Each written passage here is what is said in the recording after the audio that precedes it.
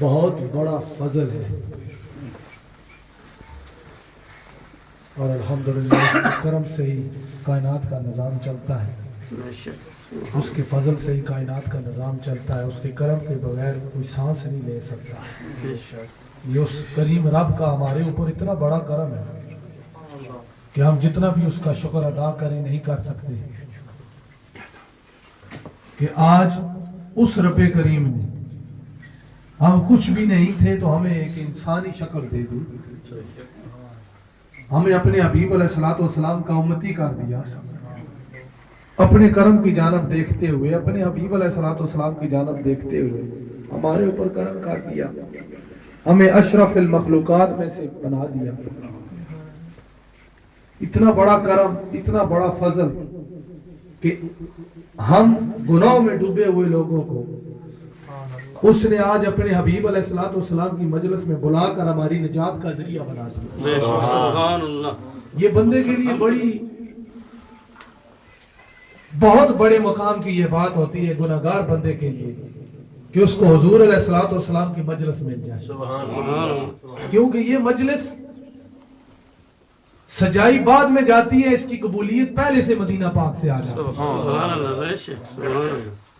اور اس مجلس میں یہ یقین محکم رکھیں کہ سجاتے وہی ہیں جنہیں اجازت ہوتی ہے، آتے بھی وہی ہیں جنہیں ادھر سے مور لگا کے بھیجا جاتا ہے، اور سننا اور سنانا یہ بھی ادھر سے کرم ہوتا ہے تو یہ زبان کھلتی ہے، یہ کانوں میں یہ آواز جاتی ہے، پھر اس کے کرم سے یہ دلوں میں یہ پیغام جاتا ہے۔ تو الحمدللہ مجلس کا آغاز ہو چکا تلاوت کلام مجید سے۔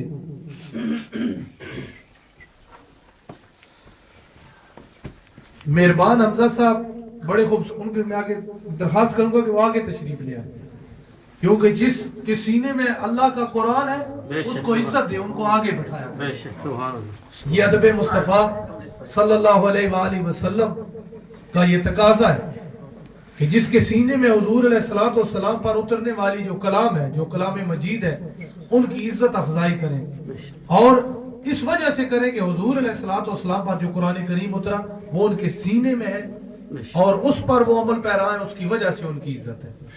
تو سبحان اللہ، بڑا خوبصورت انہوں نے، قرآن کریم تو سارا ہی خوبصورت ہے، مگر سبحان اللہ انہوں نے جن آیات کا چناؤ کیا وہ اداب کے حوالے سے، حضور علیہ السلام کا ادب نص قطعی سے ثابت ہے، اور ہمارا مسلک سارے کا سارا اہل سنت والجماعت۔ سبحان اللہ، ہماری خوبصورتی اہل سنت والجماعت کی یہ ہے کہ ادب مصطفیٰ کریم صلی اللہ علیہ وسلم کو ہم لے کر چل رہے ہیں۔ یہی تو ہے ہماری ایک اساس کہ ادب پہلا کرینہ ہے محبت کے کرینوں میں۔ کہا جاتا ہے کہ با ادب با مراد، بے ادب بے مراد، لیکن اگر قرآن کریم کی ان آیات کی روشنی میں اگر دیکھا جائے، جو اس کا میں ابھی مختصر سے وقت میں ترجمہ پیش کروں گا، تو با ادب با مراد، بے ادب بے مراد نہیں، بلکہ بے ادب بے ایمان، بے ادب بے مراد نہیں، بے ایمان۔ فرمایا کہ مت بڑھو آگے اللہ اور اس کے رسول سے، اللہ اور اس کے رسول کے آگے مت بڑھو، اللہ سے ڈرو۔ اس کا شان نزول کیا ہے، ان آیات کا شان نزول کیا ہے، یہ آپ پڑھ دیں گے ذرا دوبارہ، لا تجلو، وہ جو آپ پڑھ رہے ہیں، یا ایھا لا تقدم، اعوذ باللہ من الشیطان الرجیم، بسم اللہ الرحمن الرحیم، یا ایھا الذین آمنوا لا تقدموا بین یدی اللہ، بین یدی اللہ ورسولہ واتقوا اللہ،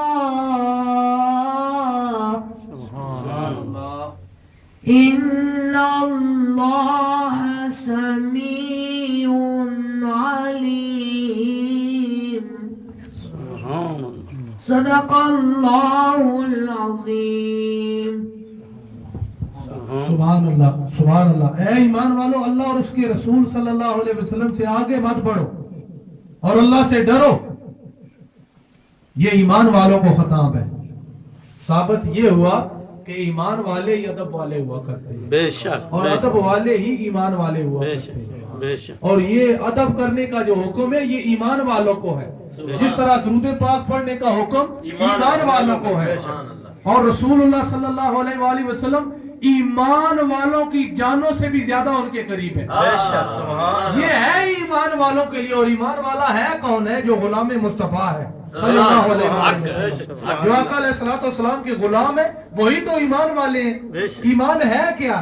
حضور علیہ الصلوۃ والسلام کی ذات اعلیٰ کو، ذات اعلیٰ کو اپنی ہر چیز سے بڑھ کر پیارا جاننا، اپنے استاد سے بڑھ کر پیارا جاننا، اپنے شیخ سے بڑھ کر پیارا جاننا، اپنی جان سے بھی بڑھ کر پیارا جاننا، اپنے خیالات سے بڑھ کر پیارا جاننا، اپنے اعمال سے بڑھ کر پیارا جاننا، والناس اجمعین، دنیا کی ہر شخص کی محبت سے بڑھ کر رسول اللہ صلی اللہ علیہ وسلم کی محبت کو، آپ کی ذات اعلیٰ کو فوقیت دینا، ترجیح دینا، آپ کی بات کو حرف آخر ماننا، یہی ایمان ہوتا ہے.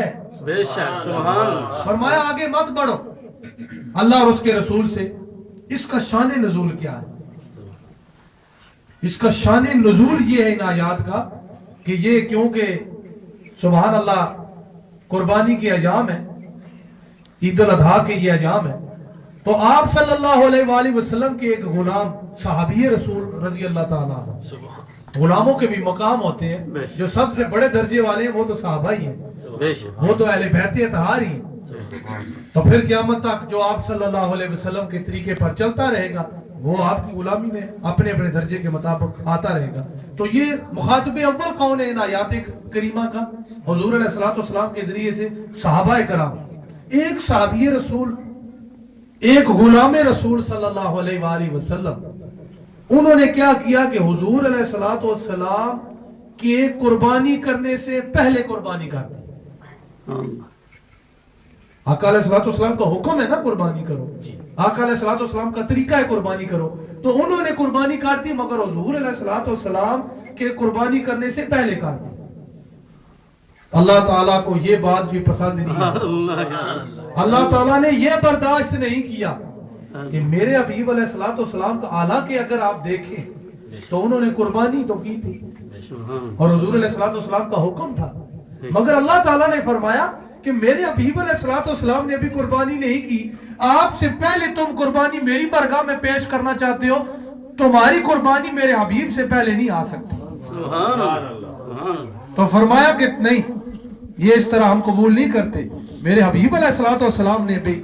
تو فرمایا کہ مت بڑھو اللہ اور اس کے حبیب علیہ الصلوۃ والسلام سے آگے مت بڑھو، اللہ سے ڈرو.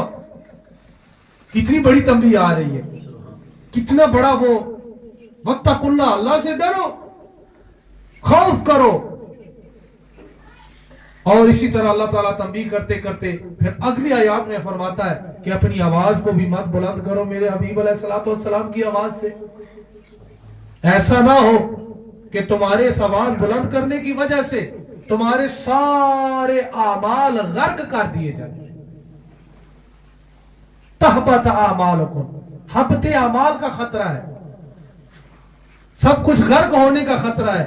ان اعمال میں ذکر بھی ہے، نمازیں بھی ہیں، قربانی بھی ہے، حج بھی ہے، زکوٰۃ بھی ہے، ساری عبادات ہیں. انت اعمالکم، اور اس میں اعمال صالح ہی تو ہوں گے جو نیک اعمال ہیں. غرق کون اعمال ہوں گے؟ جو نیک اعمال ہیں. جو غلط اعمال ہیں وہ تو پہلے ہی غرق ہیں. جو تمہارے نیک اعمال ہیں، میرے حبیب علیہ الصلوۃ والسلام کی آواز، اگر بارگاہ میں آواز بلند کی آواز، ادب مصطفیٰ صلی اللہ علیہ وسلم کا یہ سبق کون پڑھا رہا ہے؟ خود رب کریم. سبحان اللہ. یہ کسی مولانا کی بات میں نہیں کر رہا، کسی فرقے کی بات نہیں کر رہا. قرآن کریم یہ وہ کلام ہے کہ جس پر ایمان لائے بغیر تم دارہ اسلام میں ہی نہیں آ سکتے. اور فرمایا کہ میرے حبیب علیہ الصلوۃ والسلام کی آواز سے آواز کو مت بلند کرنا، بالکل دھیمے لہجے میں آپ سے گفتگو کرنا جب آپ کی بارگاہ میں جانا، اور اگر تم نے یہ نہ کیا تو میں